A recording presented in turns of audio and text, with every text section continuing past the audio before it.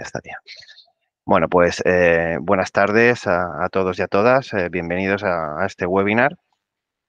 Es la primera actividad del año de 2024 organizada por la Asociación de Profesionales de Akbar.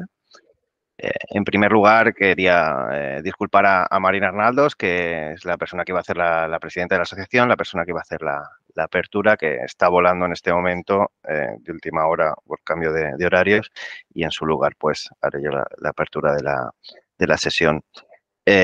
También, bueno, felicitaros el año a todos y a todas. Esperamos que hayáis tenido un buen arranque de año y llegado con las pilas bien cargadas para afrontar los retos del 2024, que no serán pocos. También dar la bienvenida a los nuevos asociados y asociadas que se han ido incorporando durante las últimas semanas. Nos consta que el webinar de hoy pues, ha despertado un gran interés.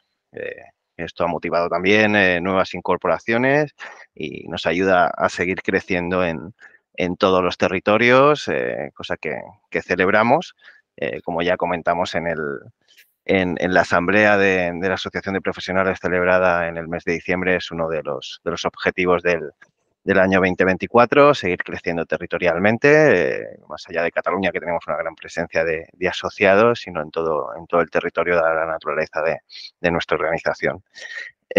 Por último, también comentar que, bueno, en el mes de diciembre, como os comentaba, tuvimos la Asamblea General anual. Tanto el vídeo de la sesión como el documento de soporte que utilizamos en esta asamblea pues está a disposición de todos los asociados y asociadas en el espacio de la asociación. Os animamos a ver el vídeo, los que no pudiese asistir y, bueno, en cualquier caso, como ya dijimos en esta asamblea, pues la asociación es el colectivo de los profesionales de la casa y sois vosotros los que hacéis posible la asociación y está por y para vosotros, con lo cual juntos construiremos la hoja de ruta del 2024. Gracias a todos por conectaros esta tarde y vamos a empezar con el webinar de hoy, análisis y conclusiones de la COP24. Es una temática muy interesante a nivel global. Una temática de especial relevancia para nuestra compañía y que se posiciona como actor principal en la transformación ecológica, por lo que para nosotros es muy relevante. Para la sesión de esta tarde contamos con un ponente de lujo, contamos con nuestro compañero Federico Ramos de Armas. Buenas tardes, Federico. Bienvenido, muchas gracias por recibir nuestra invitación tan cordialmente. Buenas tardes, encantado. Bueno, Federico, yo creo que todos lo conocemos, es una persona que lleva con nosotros, creo, si no me equivoco, desde el año 2017 en el equipo de Akbar. Más allá de Akbar, Federico tiene una larga trayectoria profesional como abogado del Estado, ha intervenido en múltiples negociaciones y es gran conocedor de todo lo relacionado con la COP28. De hecho, creo que es la persona de la casa que más veces ha estado en una COP. Es cierto, ¿no, Federico?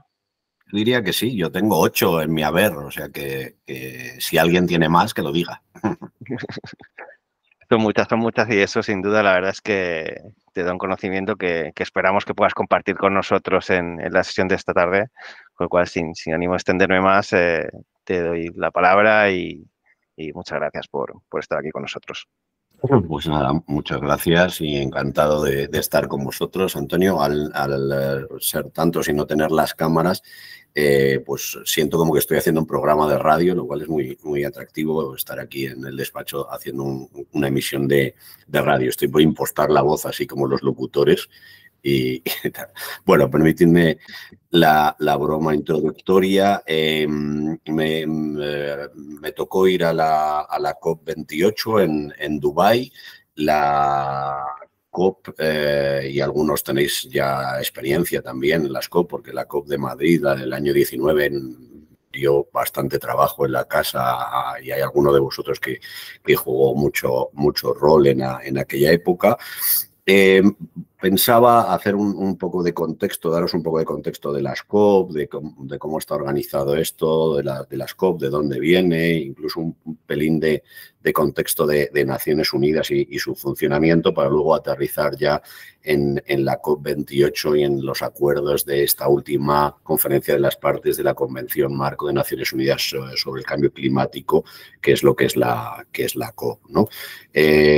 Dubái ha sido la última sede.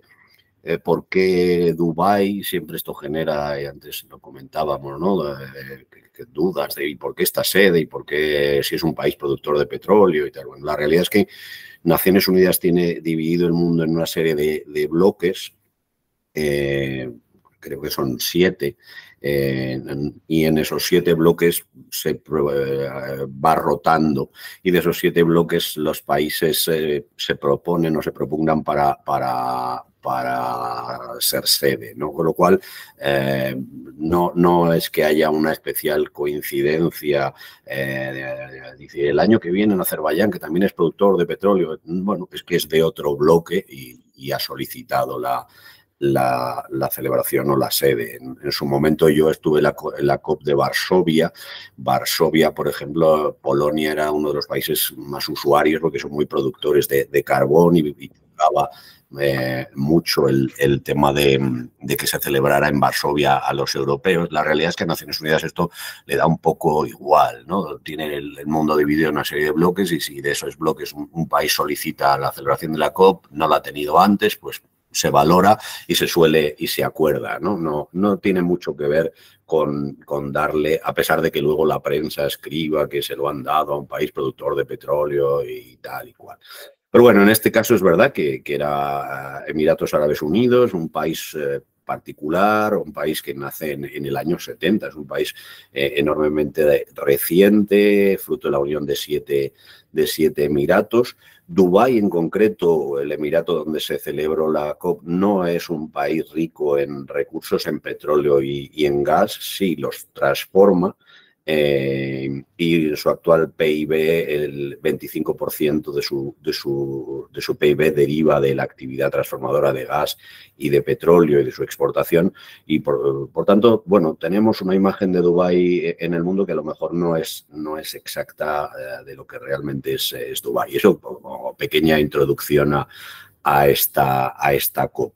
Las últimas COP habían sido un poco de transición, pero dice, cuando la prensa escribe por qué que son COPs de transición, es que las COP es la conferencia de las partes que se reúnen de la Convención Marco de Naciones Unidas, que se firma, se lanza en Nueva York en el año 92 y entra en vigor en el año 94, y las partes desde entonces se reúnen anualmente. Hay años donde porque ha vencido un determinado acuerdo, veas el protocolo de Kioto que se acuerda en el año 97 y vence en el 2015 y por tanto era necesario un nuevo marco, pues tocaba y es famosa pues la COP de París, del Acuerdo de París de 2015, pero después de la COP de París de 2015 en realidad lo que tocaba es su desarrollo, la revisión de cómo se estaba implementando, si se estaban cumpliendo sus objetivos y tal, con lo cual no siempre una COP es un momento para hacer un gran cambio o un nuevo acuerdo. No puedes estar haciendo nuevos acuerdos todos los años, lo que hay que hacer luego es seguirlos, controlarlos, ejecutarlos, ver que se cumplen y tal. Esto a veces hace que los titulares de prensa pues sean negativos. Nueva decepción de la COP. Y bueno, pues es que tampoco se esperaba de esta COP gran cosa porque no tocaba. Pero de esta conferencia de las partes sí que había un tema relevante, que era que se iba a hacer el primer balance global después del Acuerdo de París, de las contribuciones que los países, los NDCs, que son el instrumento por el que países o bloques de países remiten al secretariado de esta convención marco sus compromisos de reducción de emisiones, se iba a hacer un balance global para comparar cómo va o cómo se está, cuáles son esos compromisos de los países en relación a lo que nos dice la ciencia de cuánto deberíamos estar reduciendo emisiones de gases de efecto invernadero, para comparar la línea que los países están acordando o a la que se están comprometiendo respecto a la línea que la ciencia te dice si queremos mantener la temperatura por debajo de los 2 grados centígrados en relación a la época preindustrial y preferiblemente por debajo de 1,5 grados en relación a la época preindustrial, que fue lo que de forma muy resumida se acordó en París, pues la línea de emisiones debería ser esta y por tanto deberíamos ir reduciendo este camino. Entonces, esta era una COP relevante por ese sentido, porque se hacía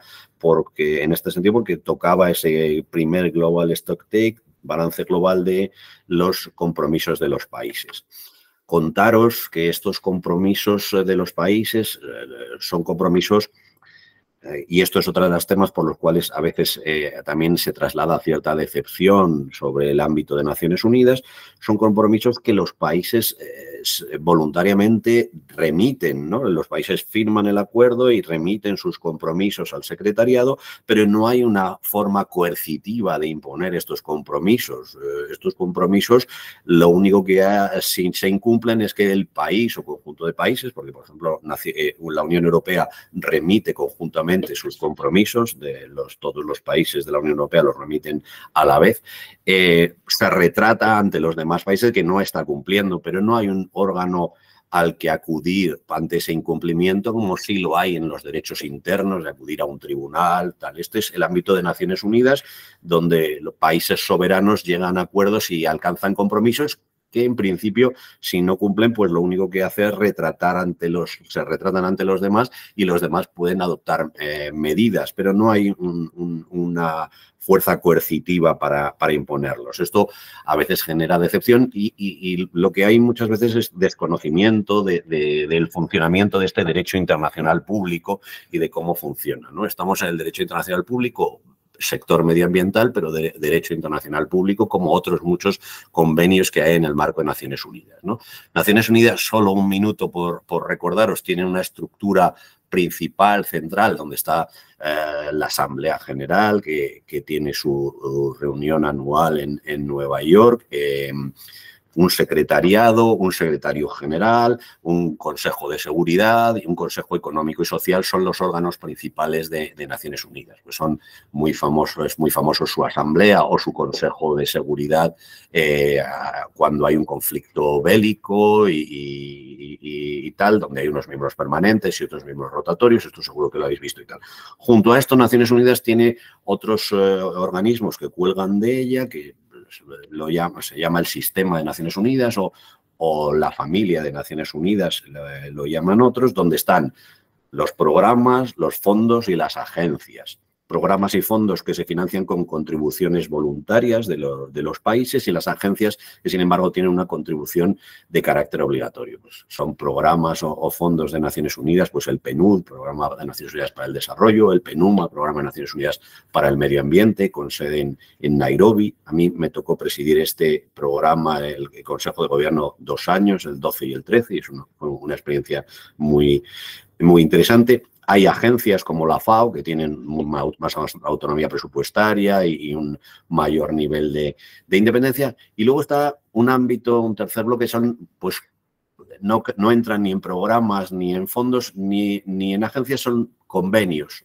Y uno de ellos es el convenio de Naciones Unidas, convenio marco de Naciones Unidas para el Cambio Climático, para la lucha contra el cambio climático o sobre el cambio climático, que se firmó, como os decía, o se lanzó en Nueva York en el año 92, fue ratificado por distintos países y entró en vigor en el año 94, ratificado por casi 190 países. Entonces, este es el ámbito en el que estamos, en un convenio de Naciones Unidas que celebra una conferencia de las partes anual. Esta es la 28ª, la de Dubái. Famosas han sido pues la de Kioto, por ejemplo, la de París, la de Madrid, porque nos pillaba cerca. Los últimos años se han ido celebrando pues en Glasgow, en Sharm el Sheikh, el año pasado en Egipto y está en Dubái. Y con esto acabo este contexto de las COP y de su valor en el ámbito del derecho internacional público.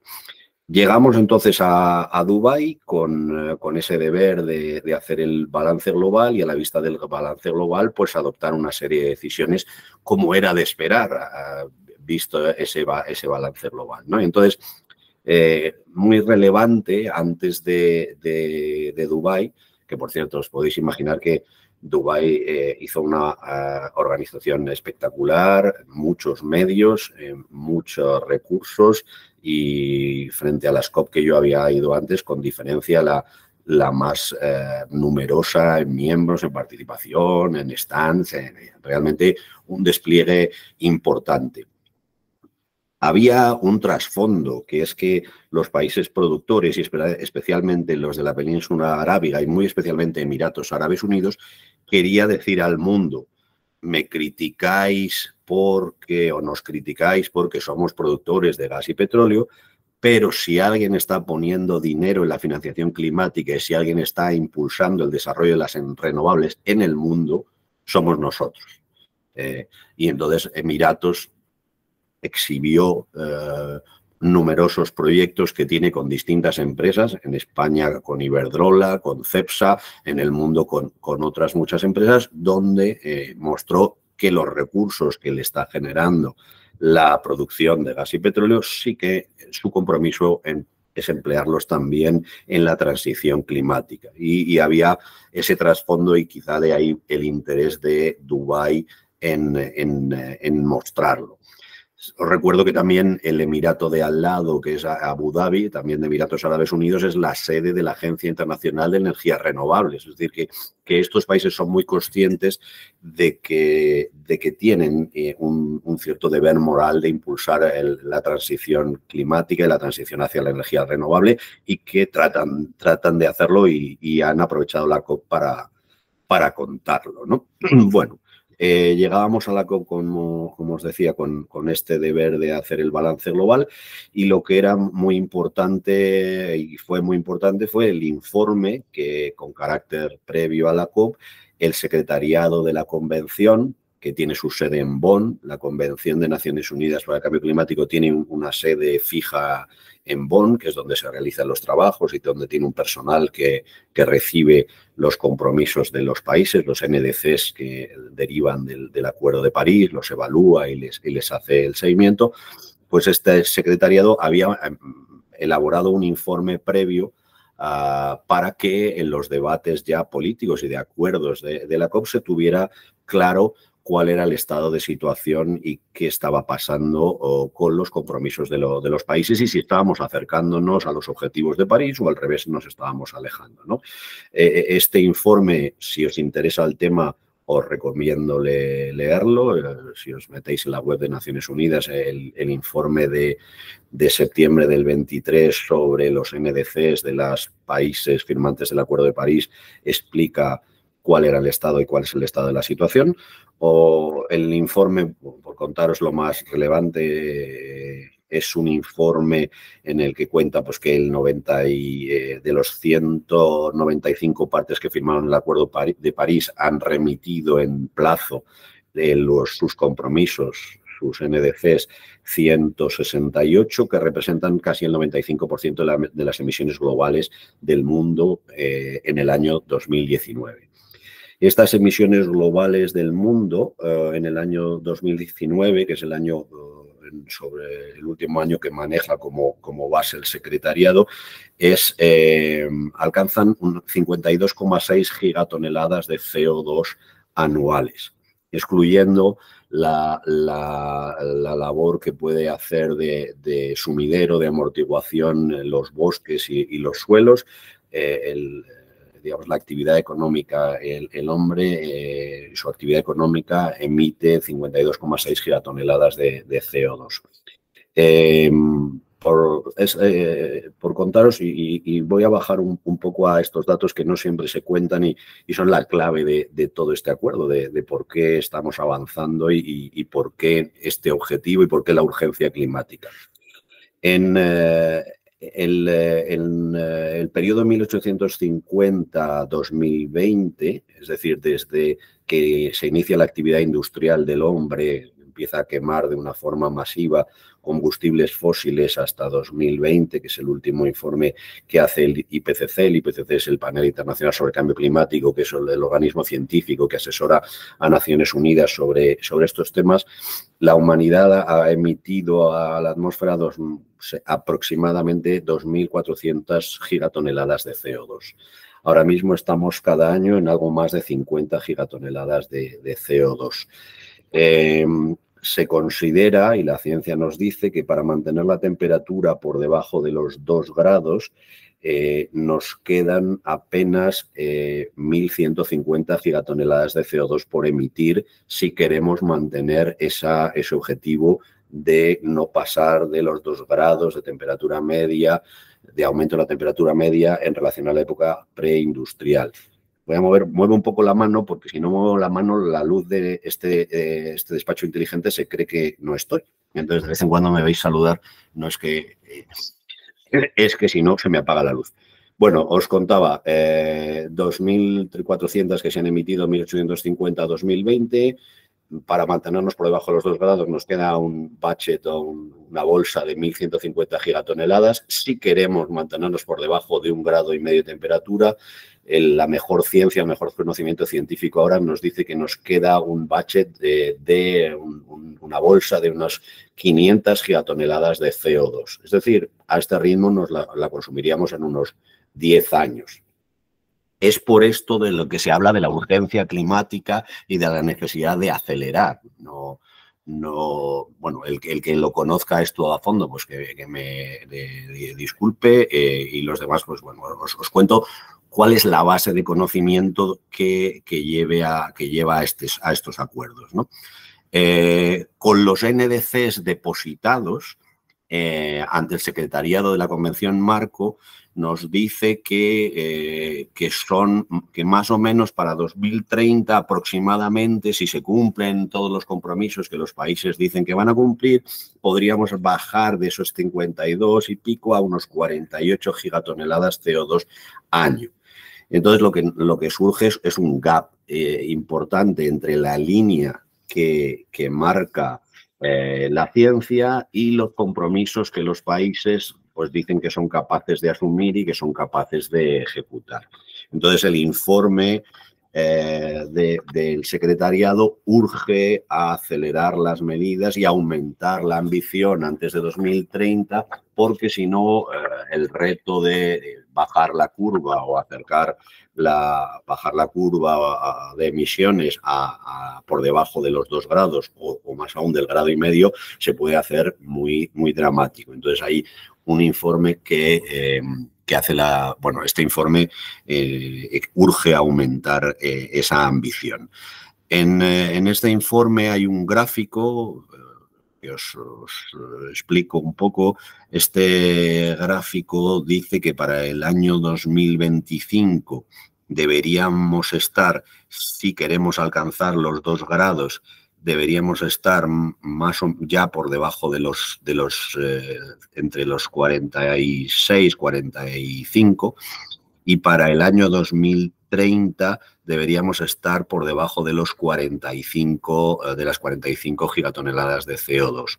Todo esto con el objetivo de que para el 2060 las emisiones estén por debajo de las 20 gigatoneladas, que nos llevaría a una situación que empezaría a acercarse a una cierta estabilidad, a una cierta neutralidad de carbono.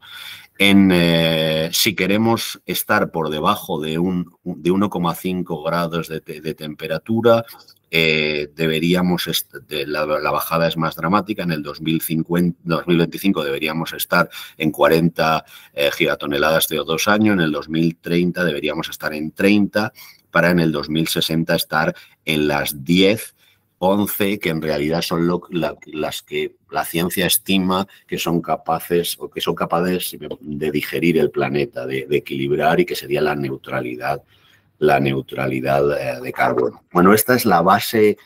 No soy científico, pero quería, y si alguno tenéis más formación que yo en esto, pues disculpadme, y seguro que lo conoceréis mejor, o que si queréis aportar algo, encantado de que lo complementéis, pero quería contaros esto porque esta es la base de conocimiento científico sobre la que llega el momento de, oye, y ante esto, ¿qué acordamos? ¿Qué podemos hacer, ¿no?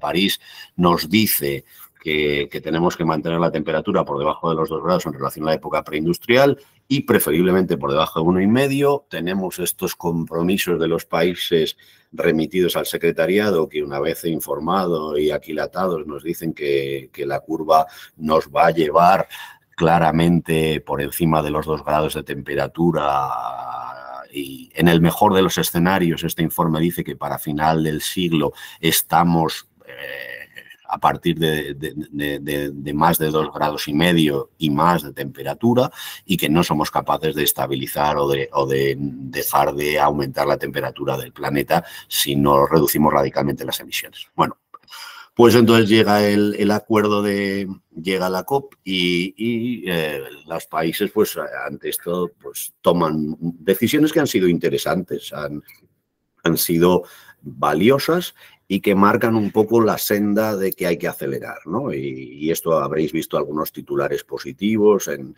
los periódicos y tal. Los grandes titulares del acuerdo de la COP28 serían que sienta las bases para que se abandonen los combustibles fósiles. Y ahora os desarrollaré esto, veremos en qué consiste ese abandono de los combustibles fósiles. Se aprueba que hay que, de aquí a 2030, triplicar la potencia renovable instalada a nivel mundial y duplicar las mejoras de eficiencia energética a nivel mundial para 2030. Luego cada país o cada bloque de países lo tendrá que ir aterrizando en su ámbito. Para nosotros ese ámbito siempre es la Unión Europea primero y después ya nuestro país. Esto aterriza a través siempre de la Unión Europea, quien firma estos compromisos. El tercer titular de la COP28 es que se pone en marcha el Fondo para Pérdidas y Daños, ya que tantas veces se ha sido reclamado por los países más vulnerables, y hay aportaciones ya hechas iniciales o comprometidas por 700 millones de euros para los países más vulnerables que podrán beneficiarse de este Fondo para Pérdidas y Daños. Y hay un primer esbozo de un marco de objetivos sobre adaptación. Y aquí este campo nos interesa mucho porque este es el campo donde el agua va a tener que jugar un papel importante, y se remite a la próxima COP, a la COP de Bakú. La próxima se va a celebrar en Bakú, en Azerbaiyán, para desarrollar esos objetivos de adaptación. Estos son los grandes titulares del acuerdo. Entramos un poco más en el texto del contenido del cierre de la COP28, el texto acordado con el que se cierra esta conferencia de las partes. Os cuento las siguientes ideas, ¿no? El texto reconoce que con los NDCs, estos, con los compromisos nacionales, no se alcanzan los objetivos de París. El texto reafirma que hay que mantener el objetivo de los 2 grados de París y preferiblemente mantener un objetivo de 1,5 grados de temperatura, de aumento de la temperatura en relación a la época preindustrial, y para esto reconoce una serie de compromisos que las partes firmantes adoptan, ¿no? Las partes firmantes del acuerdo cierre de la COP dicen o se comprometen a reducir las emisiones de gases de efecto invernadero en un 43% para 2030 y en un 60% para 2035. Esto está más cerca de la curva que os decía antes, que de los 2 grados. Y a lograr 0 emisiones netas de dióxido de carbono para 2050. Esto es un empeño de la Unión Europea, porque la Unión Europea en su paquete Fit for 55 ya lo tiene acordado. El continente tiene que ser un continente neutro en carbono para 2050. Y el acuerdo de Dubái así lo reconoce y lo firman todos los países participantes de la Convención Marco. Segundo, también en mitigación se reconoce, como os decía, triplicar la potencia global de energía renovable y duplicar la tasa anual de mejoras de eficiencia energética para 2030. Se acuerda acelerar los esfuerzos para la reducción progresiva del uso del carbón. Aquí no alcanzan nunca la COP a una fecha de abandono del carbón. Aquí China, India y países que todavía dicen que son incapaces de comprometerse a esto. Y es un tema que siempre queda pendiente. Se trató en Glasgow, se trató en Sharm el Sheikh, y el lenguaje que recoge siempre el acuerdo final es pues eso, acelerar los esfuerzos, avanzar, pero nunca se marca un objetivo final de momento para el carbón, aunque cada vez el lenguaje es más duro. Los países acuerdan fomentar la transición hacia sistemas energéticos con emisiones netas cero, utilizando combustibles de cero y baja emisión antes de mediados de 2050. Aquí, interesante el papel que están teniendo, que van a tener los combustibles sostenibles, que se llaman, los que tienen su origen en residuos, los que tienen su origen en hidrógeno o en CO2 capturado. Todos estos se consideran combustibles sostenibles o de baja emisión y van a tener un papel muy relevante. También en el acuerdo se reconoce, los países se comprometen a acelerar las tecnologías limpias, las renovables, la nuclear. Hay una mención expresa a la nuclear como una tecnología limpia o de bajas emisiones. También hay una mención específica a las tecnologías de reducción y de captura y almacenamiento de carbono, especialmente en aquellos sectores donde la mitigación sea más difícil. Hay una referencia expresa a la producción, al aumento de la producción de hidrógeno bajo en carbono. Hay un compromiso de reducir las emisiones no relacionadas con el dióxido de carbono directamente para 2030. Es decir, aquí el metano se marca como un objetivo en el que trabajar para 2030. Se comprometen los países a acelerar la reducción de emisiones en el transporte por carretera de distintas formas, incluyendo el desarrollo de infraestructuras, la implementación de vehículos de cero o bajas emisiones. Y hay un compromiso de eliminar lo antes posible los subsidios a los combustibles fósiles ineficientes, que también está recogido en el ámbito de la mitigación. Este es el contenido de lo acordado a la vista de lo que nos ofrece el informe del Secretariado de Naciones Unidas. En adaptación, el acuerdo establece una serie de objetivos: mejorar la capacidad de adaptación, fortalecer la resiliencia, reducir la vulnerabilidad de los países, que los países tengan planes nacionales de adaptación al cambio climático y que se implementen sistemas de alerta temprana y servicios climáticos accesibles para las poblaciones. Se realizarán evaluaciones de las vulnerabilidades de los países para 2030 y establecer sistemas de monitoreo, evaluación y aprendizaje de las distintas situaciones.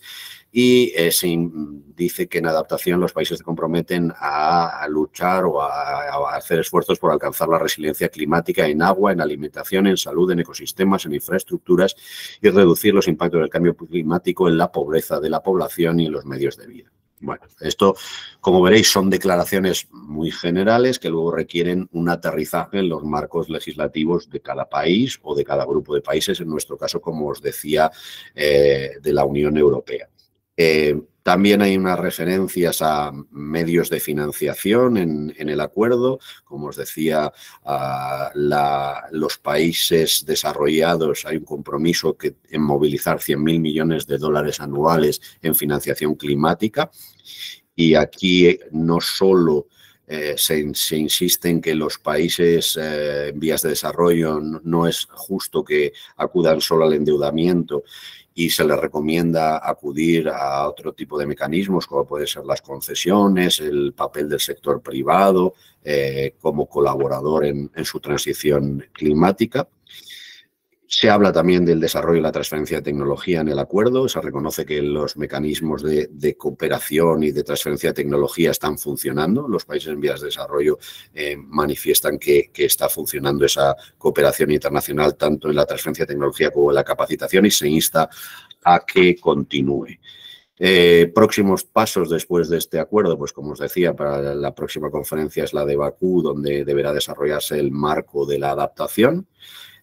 Antes del 31 de diciembre las partes tendrán que realizar una remisión a Naciones Unidas de su inventario nacional de emisiones, donde cada año, en principio, las partes recogen qué han emitido ese año, cuántas toneladas de CO2 han emitido para producir la energía que necesitan sus economías. Para noviembre de 2025 las partes deberían presentar sus siguientes NDCs, que serían las contribuciones y que deberían ser mucho más ambiciosos. se compromete o se abre un diálogo después del balance global a partir de junio de 2024 para compartir conocimientos y buenas prácticas de los NDCs, que funciona mejor y que funciona peor. Y se iniciará la recopilación de información y preparación del segundo Global Stocktake después del Acuerdo de París, que concluirá en la COP31, es decir, dentro de 3 COP va a hacerse un Global Stocktake. Luego había un ámbito del Acuerdo de París pendiente de desarrollar, que era los mecanismos de mercado, y hay un cierto desarrollo de los artículos 6.2, 6.4 y 6.8 del Acuerdo de París sobre la posibilidad de intercambio de créditos de carbono entre distintos mercados, cómo hacer esa conversión de cuánto vale un crédito de carbono que tiene un origen en un mercado y en otro, porque no hay un mercado global, sí hay mercados a distintos niveles locales o continentales, como es el caso de la Unión Europea. Y se insta al secretariado a que inicie un programa de trabajo de transición justa donde tenga en cuenta la equidad, las responsabilidades diferenciadas de los países en las emisiones históricas, aspectos socioeconómicos y laborales, que oriente a la transición justa a los países menos desarrollados o que tengan más dificultades financieras. Bueno, este es el contenido del acuerdo muy resumido, aunque os he querido contar algo más de lo que suele aparecer en las noticias de prensa para que vierais cómo se plasma el conocimiento científico que ofrece el IPCC, el estudio que hace de los NDCs el secretariado y el acuerdo jurídico internacional que es con el que se cierra la COP. Y sus compromisos, ¿no? Que veáis los distintos escalones en los que se trabaja en este ámbito, que a veces, como es muy abstracto y luego requiere una adaptación a nuestra legislación, primero vía Unión Europea, luego vía legislación nacional, parece que nos pilla lejos. Lo relevante de esto es que el camino está marcado, que la senda está marcada y que los objetivos y como os decía, la senda es clara. Vamos a ver cómo se va desarrollando. Contaros que la Unión Europea tiene siempre un liderazgo fuerte en este tema y lo lleva como una de sus banderas y es uno de los grandes negociadores e impulsores de la negociación. Y vamos a dejar un ratillo también para dialogar y para que preguntéis, porque yo puedo poner aquí ya la cinta y seguir hablando hora y media más, pero bueno, lo mismo no os interesa nada. Como estáis todos en silencio y no tenéis cámaras, no sé si os ha interesado, si no, si sí. Así que vamos a abrir un diálogo para ver sobre qué nos podemos focalizar en el rato que nos queda. Perfecto, pues muchísimas gracias, Federico. Sin duda muy interesante. La verdad es que es un lujazo poder contar con una intervención como la que acabas de hacer que nos da una visión completa sobre la COP, porque al final sí que es verdad, como indicas, que por un lado está lo que nos trasladan los medios, que está un poco lejos de la realidad y no te da esta visión tan completa como nos acabas de compartir. Incluso cuando tienes la oportunidad de acercarte más a lo COP, por ejemplo, yo coincidí contigo en la de Madrid y al final la viste. Llevas una visión, pero no es tan completa, sin duda, como la que tú nos acabas de compartir con esa experiencia de 8 COP ya visitada y el conocimiento que tienes del sistema. Así que lo primero, agradecértelo. Muy interesante todo lo que has compartido con nosotros. Yo tengo preguntas aquí anotadas porque la verdad es que había muchos temas muy interesantes. En concreto, bueno, desde el inicio de la intervención hasta el final hemos hablado todo el tiempo de los NDCs, ¿no? Que al final siempre que envía cada país o conjunto de países a la ONU. Entonces, bueno, siento las bases, pero quería pedirte un poco más de detalles sobre esto, sobre qué sectores aparecen en estos NDCs que los países firmantes envían y, bueno, como más relevantes efectos para mitigar las emisiones de CO2. Pues mira, en el informe hace un estudio y comparte la información contenida en los distintos NDCs y cuenta cuáles son las medidas de mitigación de esos NDCs con más alto potencial y que además considera que tienen un precio razonable, ¿no? Entonces, en concreto, dice, medidas que cuesta su reducción por debajo de $20 la tonelada de CO2, tonelada de CO2 equivalente, es decir, medidas con un coste que considera razonable, cuáles son las con mayor potencial de mitigación, ¿no? Y ahí distingue. En el ámbito de energía, el mayor potencial de mitigación, según los distintos NDCs que estudia el secretariado de la Convención, el mayor potencial lo encuentra en el desarrollo de la energía solar. La energía solar es el ámbito que más potencial a este precio de reducción de emisiones de CO2 tiene. En el ámbito de la suministro energético o de la producción de energía. En el ámbito, luego está la energía eólica, como también otro de los grandes actores para la producción de energía, reduciendo de una forma interesante o muy relevante las emisiones. En el ámbito del transporte, los vehículos con combustibles sostenibles se marcan como un ámbito muy relevante de reducción de emisiones, vehículos tanto pesados como vehículos de transporte, el desarrollo de los medios de transporte público y el desarrollo de los biofuels. Por ejemplo, os marcaría como los ámbitos con un mayor potencial de mitigación a un precio razonable. En el ámbito de la edificación, la eficiencia energética es el ámbito que más potencial de mitigación tiene. En la industria, igualmente, la eficiencia energética. En el ámbito del uso de la tierra y de la agricultura, le atribuye el mayor potencial de mitigación, de reducción de emisiones, lo tiene la restauración de ecosistemas y la reforestación.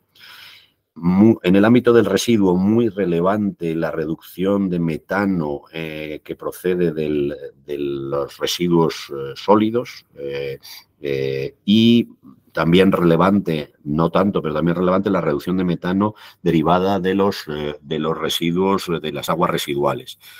Y esos serían un poco los ámbitos con mayor potencial de mitigación del informe de Naciones Unidas, ¿no? Del informe general de los NDCs. O sea, ahí en esos que has mencionado, en algunos podemos tener ahí cabida. Pero antes de empezar, porque sí que teníamos una pregunta ahí más focalizada en Akbar, pero al hilo también tenemos una pregunta interesante de Simón Pulido en el chat. La pregunta es, ¿qué papel tienen las soluciones digitales en la adaptación al cambio climático? ¿Es la transformación digital algo que aparezca como un instrumento relevante en los razonamientos del informe? Sí, pues mira, por primera vez yo he visto en la adaptación cómo los sistemas de evaluación, monitoreo, seguimiento van a ser clave y lo recoge expresamente el acuerdo y encaja mucho con algo que no os he contado, pero que me llamó mucho la atención porque por primera vez vi un desembarco muy grande de empresas tecnológicas, de las grandes tecnológicas americanas, de las del Nasdaq y tal. Allí estaba Microsoft, estaba Google, estaba Apple, estaba Amazon, todos muy interesados de una forma u otra en este tema, ¿no? Y había una parte muy relevante de ellos que ellos explicaban que sus herramientas y su capacidad de análisis del dato va a ser muy transformadora en la ciencia climática, en la adaptación, en los sistemas de alerta temprana, y todo esto, ¿no? Contaros como anécdota que me crucé con un señor que casi me di con el hombro con él y pensé, este señor me suena, yo creo que le he visto en la Ciudad del Agua alguna vez o no, en Santa Leonor, en la cafetería, hasta que de repente me di cuenta y digo, no, es Bill Gates que está por aquí y que está contando lo comprometido y el interés que tiene Microsoft en ofrecer sus soluciones, ¿no? O sea que sí, que las herramientas digitales van a ser importantes y por primera vez se refleja esto. No acuerdo yo hasta ahora ni en Sharm el Sheikh ni en Glasgow, que fueron las últimas, vi especial hincapié en esto. Sí en Glasgow había una gran demostración de la NASA, súper interesante, de cómo hacía el seguimiento de las temperaturas y tal, pero este desembarco de tanta empresa privada de ámbito tecnológico para mí fue novedoso.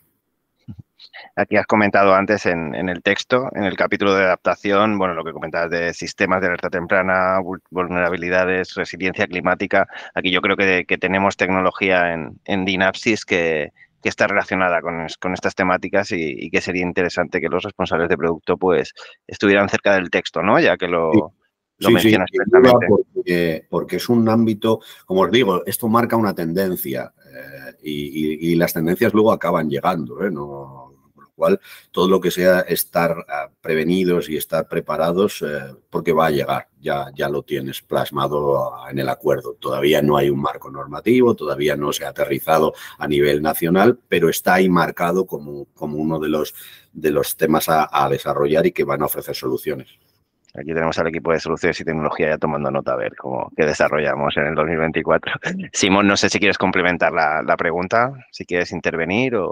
No, no, nada, muchas gracias. Era un poco el punto, ¿no? Ahora que estamos con el concepto este de nuestro, de la ecofactoría y intentando construir negocios alrededor de eso, pues argumentos externos que no sean que los decimos nosotros para reforzar ese interés o esa utilidad, pues nos viene muy bien. Fragmento del texto de la COP para todas las plicas de aquí en adelante. Yo creo Muchas que gracias, Simón. una mano, ¿no? Clemente me parece que tiene la mano levantada. Sí. Sí, yo te quería, bueno, primero de todo, gracias, Federico, por la intervención. Me ha parecido todo súper claro y me gusta mucho cómo lo has expuesto.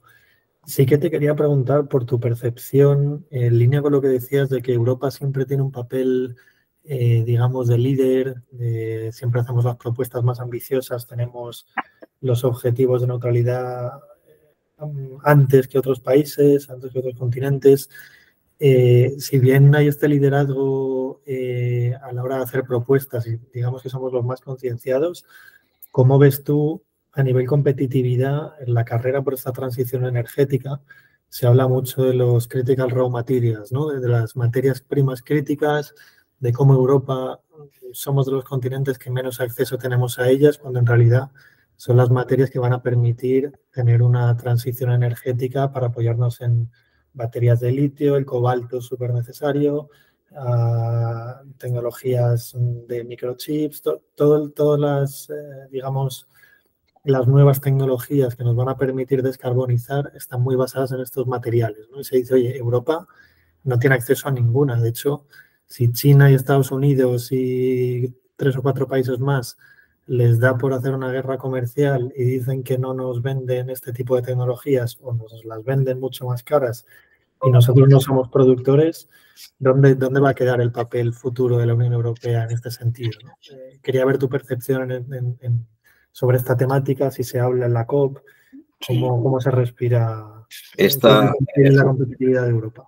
Esta es una temática muy clásica, más que de la COP, del ámbito de la Unión Europea, ¿no? Estamos acertando, esta estrategia es adecuada, esta apuesta es correcta y tal. A ver, Europa sobre este tema tiene la idea de que este es un camino que se va a recorrer sí o sí y que si desarrolla actividad económica, productos, servicios, empresas que se posicionen bien en este ámbito tendrá un potencial competitivo. Es verdad que no es rica en este tipo de materias primas, pero tampoco es rica en gas y en petróleo, con lo cual es un clásico en Europa que no no dispone de los recursos materiales a veces necesarios para todo ello, pero sí puede disponer del conocimiento y de la tecnología que complete o ayude a esta transición. Esto, bueno, es una apuesta y en esta apuesta de competir, Europa cree que posicionarse arriba y posicionar a sus sectores económicos arriba en esto acabará siendo una ventaja. Aunque aparentemente pueda ser una desventaja, acabará siendo una ventaja. La realidad es que grandes inversores internacionales, como os decía, los Emiratos Árabes Unidos, están metiendo dinero en proyectos europeos y hay proyectos europeos de eólica offshore, proyectos europeos de reciclaje de metanol, de tal, donde están los fondos emiratíes, por ejemplo, detrás. Con lo cual, si atraemos capital a ese tipo de actividades económicas y desarrollas una industria, una actividad empresarial capaz de o pionera en esto, puede ser una oportunidad. Evidentemente, sí, no somos ricos en estas materias primas, como dices, Clemente, y tampoco lo éramos en gas y petróleo, o sea que, bueno, en esto un clásico.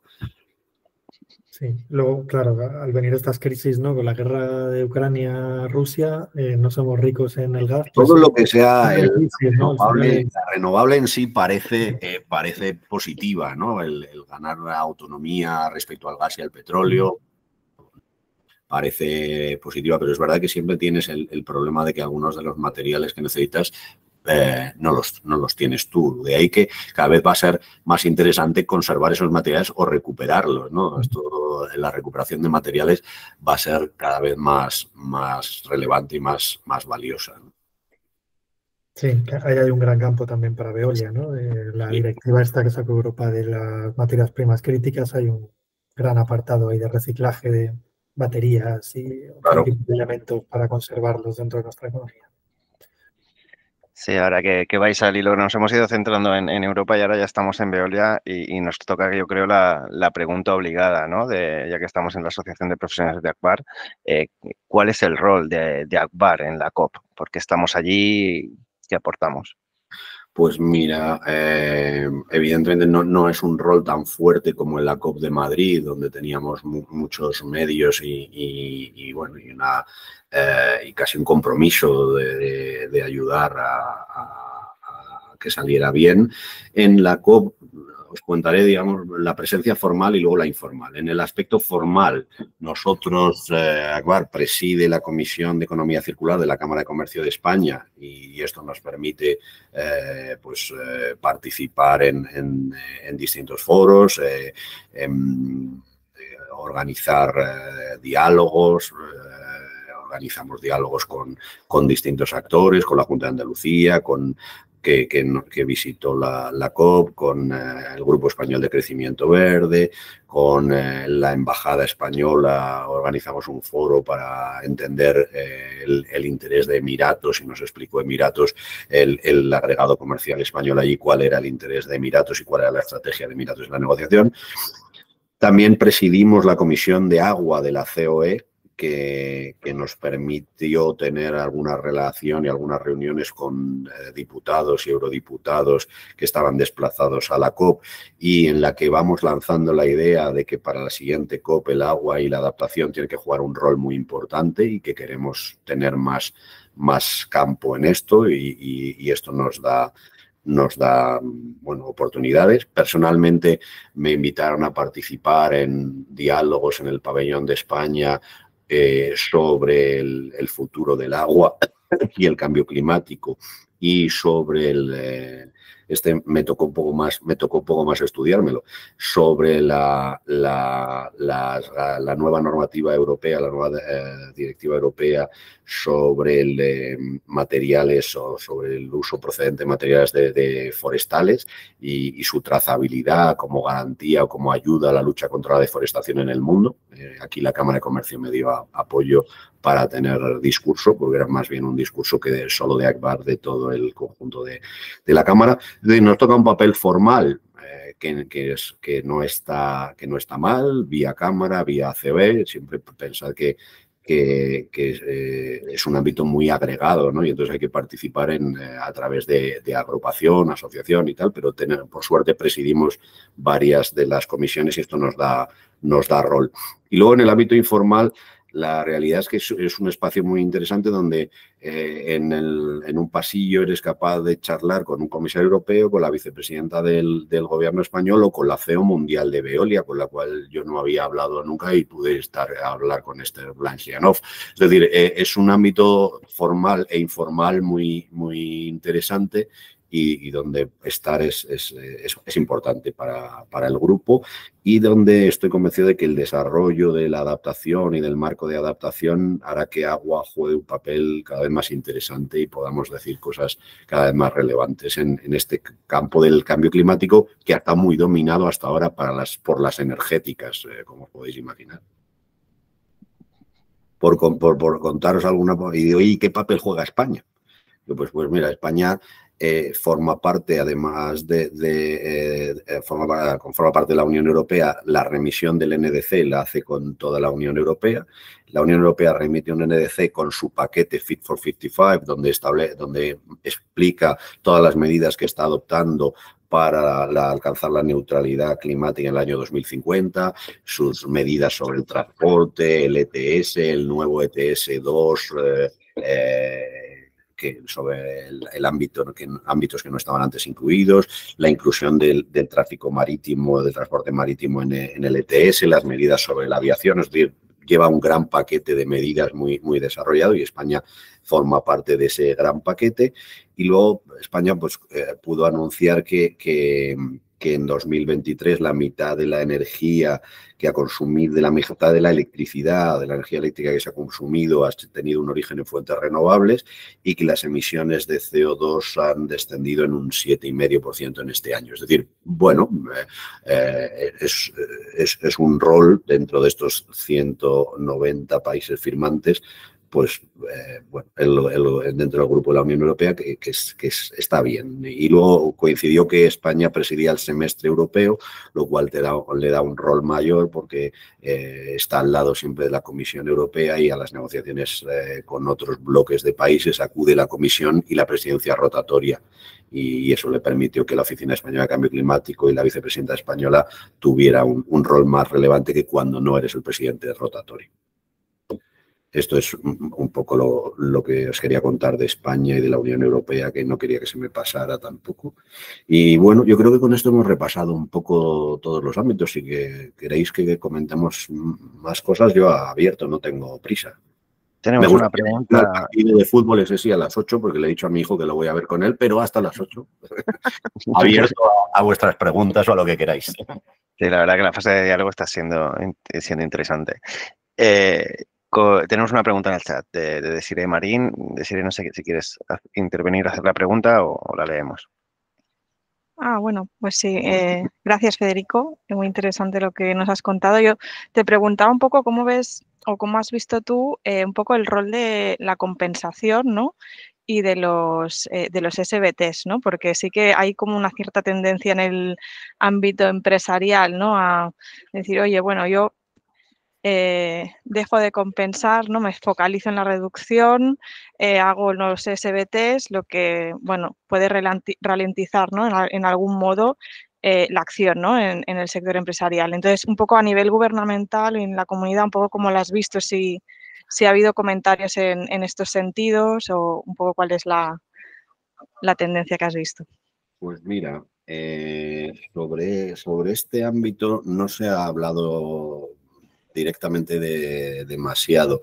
Ha habido algunas cuestiones, como te decía, que eran, o como os comentaba, sobre los mecanismos de mercado, y que estaban pendientes, porque en realidad lo que la Unión Europea tenía muchas dudas de la conexión entre mercados y de cómo trasladar derechos de un mercado a otro, y de que no hubiera fraudes en esto y tal. Si el mundo de las UCAs, que era el mundo Kioto, el de las unidades aquellas de contabilidad de derechos de emisión, fue un mundo poco transparente, ¿no?